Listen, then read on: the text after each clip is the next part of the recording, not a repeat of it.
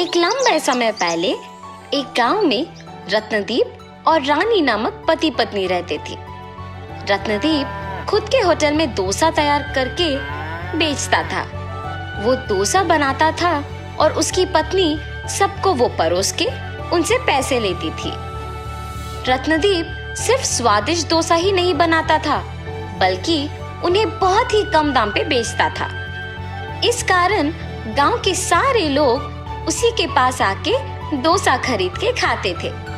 वो एक अच्छा इंसान था और सबकी मदद करता था, लेकिन उसकी पत्नी लालची थी। उस गांव में उसके हाथ का अंडा डोसा बहुत प्रसिद्ध था, क्योंकि उसकी ही तरह और कोई अंडा डोसा नहीं बना पाता था। इतना ही नहीं, उस डोसा को कम दाम पे बेचने पर सभी वही आते थे। उसकी पत्नी को डोसा को कम दाम पे बेचना बिल्कुल अच्छा नहीं लगता था। इतना ही नहीं, गांव में कोई भी उसके पति की तरह डोसा नहीं बना पाएगा, इस बात का उसे बहुत गर्व था।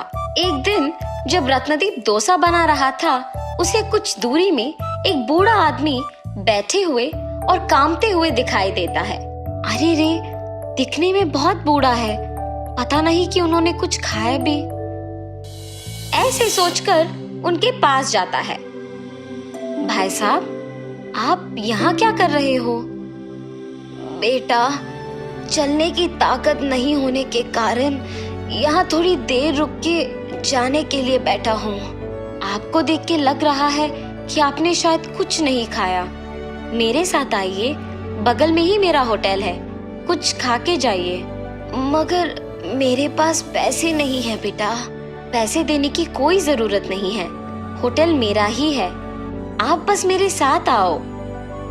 ऐसे कह के उस बूढ़े आदमी को उसके साथ अपने होटल लेके बिठाता है। वो गरम गरम डोसा बना के उसके पत्नी को उनको परोसने के लिए कहता है। उसकी पत्नी को वो करना अच्छा नहीं लगने के बावजूद उस बूढ़े आदमी को डोसा परोसती है। भूखा रहने के कारण वो बूढ़ा आदमी डोसा को जल्दी जल्दी खा लेता है। उस आदमी को ऐसे खाते हुए देख रत्नदीप उसके लिए पानी लेके आता है। मेरे भूखे पेट को तुमने भरा है, इसके बदले में मैं मेरे पास की छोटा सा तोहफा तुम्हें देना चाहता हूँ बेटा। आपको कुछ भी देने की कोई जरूरत नहीं है भाई साहब, मेरे खुशी के लिए तो स्वीकार करो बेटा। ऐसे बोल के वो बूढ़ा आदमी उनको डोसा बनाने के लिए एक तवा देके वहां से चला जाता है।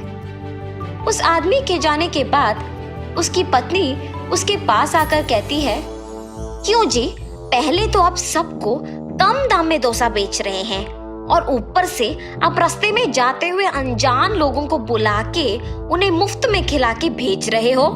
इससे क्या कोई लाभ है? ऐसे डोसा बनाने से हमारे पास कुछ नहीं बच रहा। अब हमारा इतना कठिन स्थिति भी नहीं है कि हमारे पास खाने के लिए भी कुछ नहीं है ना। जितना है उतने में दूसरों का सहायता करते हुए खुश रहना चाहिए। अपने पति के बातें सुनकर रानी गुस्से में वहां से चले जाती है। जितनी भी बार कहूं इनसे, ये नहीं बदलेंगे, सबकी सहायता करते ही रहते हैं। अगर मैं उनको बताए बिना डोसा का दाम बढ़ाऊंगी, तभी हमारे पास कुछ तो पैसे बचेंगे। ऐसे फैसला करके अपने पति को बताए बिना दाम बढ़ाती है। आम डोसा 15 रुपए का और अंडा डोसा 25 रुपए का। ऐसे होटल को आए हुए लोगों को बोलती है, आपके होटल में स्वादिष्ट खाना बनने के अलावा कम दाम पर मिलने के कारण ही हम सब आपके पास आते हैं, मगर अब आप ऐसे दाम अचानक बढ़ाते हैं तो कैसे होगा? अरे, आपको डोसा चाहिए तो खाइए, वरना नहीं। मेरे पति की तरह अगर कोई और इस गांव में स्वादिष्ट डोसा बनाता है तो उसी के पास जाके डोसा खाओ। ऐसे कठिन तरीके से कहती है। दाम बढ़ाने के बावजूद खाने के लिए सभी उसी होटल को आते हैं। कुछ दिन बाद पैसे बचते हैं और ये देख रानी बहुत खुश होती है। मेरे दाम बढ़ाने के बावजूद अगर लोग इसी होटल में खा रहे हैं तो इसका मतलब ये है कि मैं दाम और थोड़ा बढ़ा सकती हूँ। आज से अंडा डोसा 50 रुपए और आम डोसा 25 रुपए का है। ऐसे होटल को आए हुए सबको बोलती है। अरे, आपके होटल के डोसा चाहे कितना भी स्वादिष्ट क्यों ना हो, ऐसे दाम बढ़ाते जाओगे तो लोग कैसे खरीद पाएंगे? अरे, आपको अगर चाहिए तो इधर आके खाइए, वरना चले जाइए। ऐसे अभिमानी स्वभाव से कहने के कारण वो आदमी उसके सामने से ही दूसरे होटल को चला जाता है। उसको देख बाकी लोग भी चले जाते हैं। तब से सब उनके होटल को आना ही बंद कर देते हैं। रानी, क्या हुआ? कुछ दिनों से कोई भी होटल को नहीं आ रहा। हमारे जैसे और दूसरा कोई भी डोसा नहीं बना सकेगा, इसीलिए कभी ना कभी उन सबको लौट के आना ही पड़ेगा। मेरी पत्नी की लालच के बारे में तो मुझे पता ही है। या तो उसने होटल को आए हुए लोगों को कुछ कहा होगा, या फिर क्या मुझे बताए बिना उसने दाम बढ़ा दिया होगा। ऐसे सोच के कुछ नहीं कहता है और वहां से चला जाता है। ऐसे बहुत दिन बीतने के बाद सभी उसके होटल के बजाय उसके सामने के होटल को जाते हैं। मेरे लालची स्वभाव के वजह से ही मैंने दाम बहुत ज्यादा बढ़ा दिया और अभी सारे लोग हमारे होटल के बजाय सामने वाले होटल को जा रहे हैं। ऐसे सोचकर दुखी होती है। उसको ऐसे दुखी देख उसका पति उसके पास आकर पूछता है, कम से कम अब तो सच बोलो, लोग हमारे होटल क्यों नहीं आ रहे हैं? ऐसे पूछने पर रानी अपने पति को सब सच बता देती है। देखा तुमने, तुम्हारे लालच की वजह से हमें क्या भुगतना पड़ रहा है। कम से कम तुम्हारा स्वभाव अब बदलो और हमेशा की तरह वही दाम लगाओ, तभी हमारे पास सारे ग्राहक आ जाएंगे। आइंदा मैं ऐसे कभी नहीं करूंगी। अब सब आप ही की मर्जी। रत्नदीप अगले दिन से उसी दाम पे डोसा बना के बेचने लगता है। आम डोसा सिर्फ 10 रुपए का और अंडा डोसा सिर्फ 15 रुपए का। ऐसे जोर जोर से चिल्लाने पर उसके सारे ग्राहक सामने के होटल से उसके होटल वापस आ जाते हैं। ऐसे कुछ ही दिनों में वापस होटल भीड़ित रहने के कारण डोसा बनाने में देर लगता है। इसीलिए रत्नदीप फैसला करता है कि एक और तवा खरीदने की आवश्यकता है। अरे हाँ, उस बूढ़े आदमी का दिया हुआ तवा तो है ही। ऐसे सोच के अंदर जाके उस तवे को बाहर लेके आता है। उसमें एक डोसा बनाते ही वो एक डोसा बहुत सारा डोसा बन जाता है और ये देख वो आश्चर्यचकित रह जाता है। हाँ, ये क्या माया है? रानी, रानी, एक बार इधर आओ। हाँ जी, क्या हुआ? ये देखो तो सही।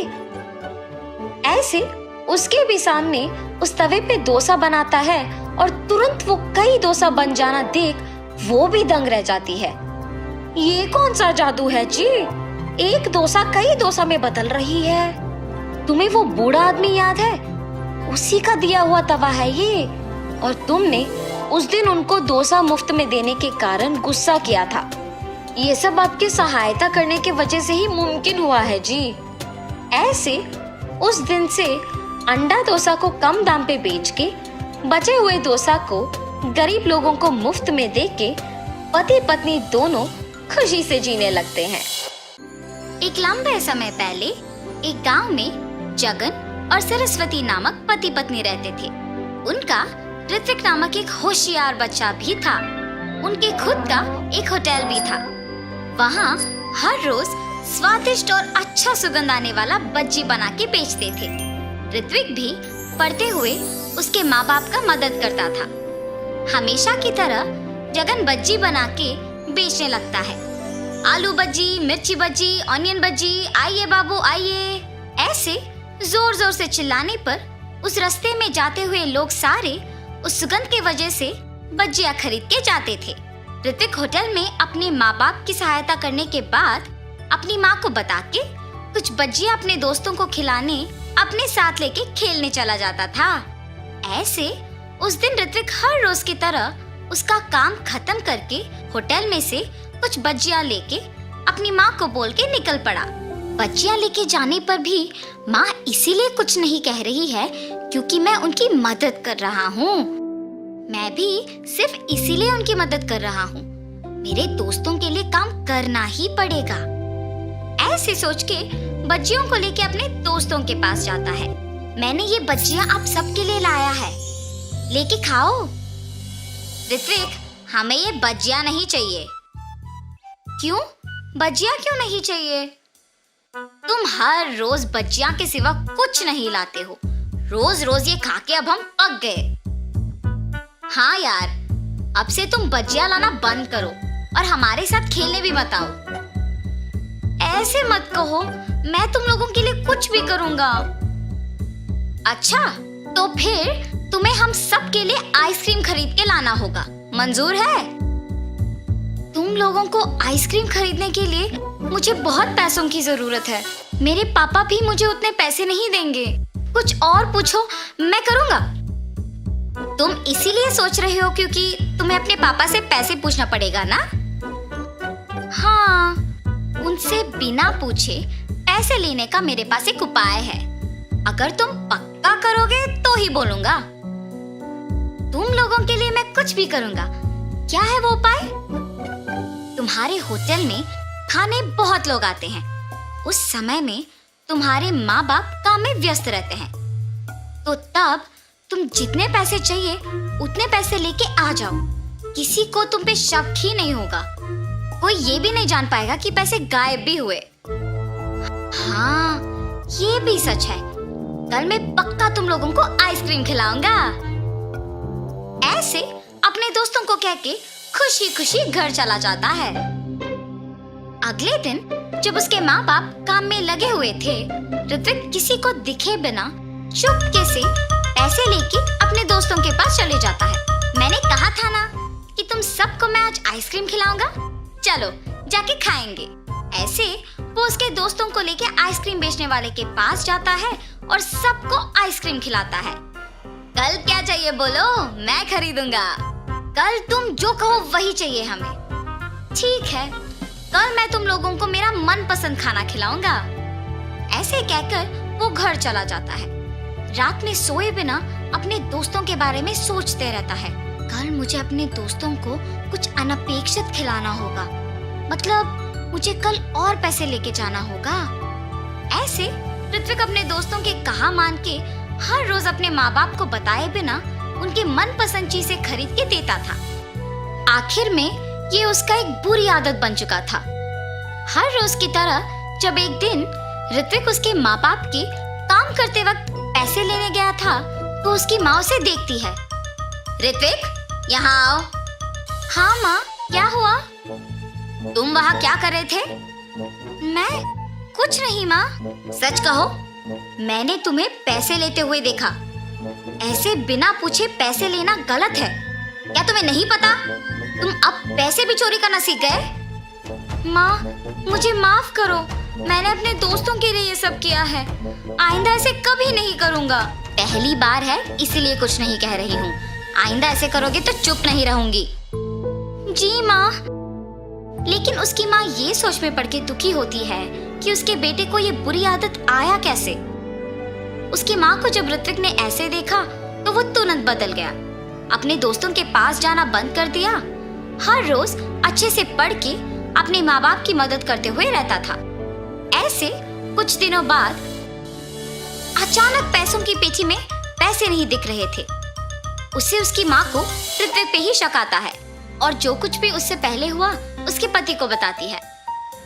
तब जगन और सरस्वती दोनों ऋत्विक के पास जाके पूछते हैं, ऋत्विक, पैसों की पेटी में पैसे नहीं हैं, तुमने ही लिया है ना? माँ, जब से तुमने बोला तब से मैंने चोरी करना बंद ही कर दिया। मेरे दोस्तों के पास भी जाना बंद कर दिया। मुझे उन पैसों के बारे में कुछ नहीं पता। बेटा, अगर तुमने उस पेटी से पैसे लिए हैं तो कह दो हमें, हम कुछ नहीं कहेंगे। अगर तुमने नहीं लिया तो पेटी से पैसे कैसे गायब हुए? किसने निकाला होगा? सच कहो ऋत्विक। माँ, मुझे सच में नहीं पता है कि पैसे कहाँ गए। इससे पहले मेरा पैसे लेना सच ही है, मगर मैंने वो सब बंद कर दिया। अब तो मैंने नहीं लिया। जब से पैसे खो गए तब से जगन और सरस्वती बहुत ध्यान से सब पे नजर रख के काम करने लगे। मेरे पास पैसे खत्म हो गए। कुछ दिन पहले एक होटल से बहुत आसानी से पैसे चोरी कर लिया था मैंने। वापस वही जाके पैसे लेके आऊंगा। ये फैसला करके वापस उस होटल को जाता है। बच्चियां खाके पैसे देने का नाटक कर रहा था और कोई ना देखने के समय में पैसे चोरी करने वाला था जब जगन उसे रंगे हाथ पकड़ लेता है। इतने उम्र के आदमी होके भी मेहनत किए बिना पैसे चोरी करते हुए शर्म नहीं आती? इससे पहले भी तुमने यहाँ चोरी किया था ना? वो चोर पिटने के डर से सच बोल देता है। मुझे माफ कर दीजिए, ऐसे कभी नहीं होगा, मेहनत से ही काम करूंगा। चोर को उसकी गलती का एहसास होने पर जगन उसे माफ कर देता है। ऋत्विक पे उसकी गलती के बिना शक करने के लिए उसके माँ बाप दुखी होते हैं। आप लोग दुखी क्यों हो रहे हो माँ? उस दिन मैंने तुम्हें तुम्हारी गलती के बिना शक किया और आज तुम्हारे पापा ने असली चोर को पकड़ा है। मुझे तुम पे शक नहीं करना था बेटा। मुझ पर शक करने की वजह तो भी मैं ही हूँ ना माँ। अगर मैं वो नहीं करता तो आपको मुझ पे शक नहीं होता। आपने मुझे मेरी गलती समझाया, इसलिए मैंने वो करना छोड़ दिया, वरना मैं शायद बड़े होके भी यही करता। आइंदा ऐसे कभी नहीं होगा माँ। तब से जगन होटल में सावधान रह के काम करने लगा। अलग प्रकार के बच्चियां बनाना शुरू करके उन्हें बेच के खुशी से जीने लगा। उनका व्यापार भी अच्छा चलने पर सभी खुश थे। तो इस कहानी का नैतिक क्या है? गलती चाहे एक ही बार किया हो, लोगों से भूला नहीं जाता। इसीलिए गलती पहली ही बार नहीं करना चाहिए, सोच समझ के कदम उठाना चाहिए।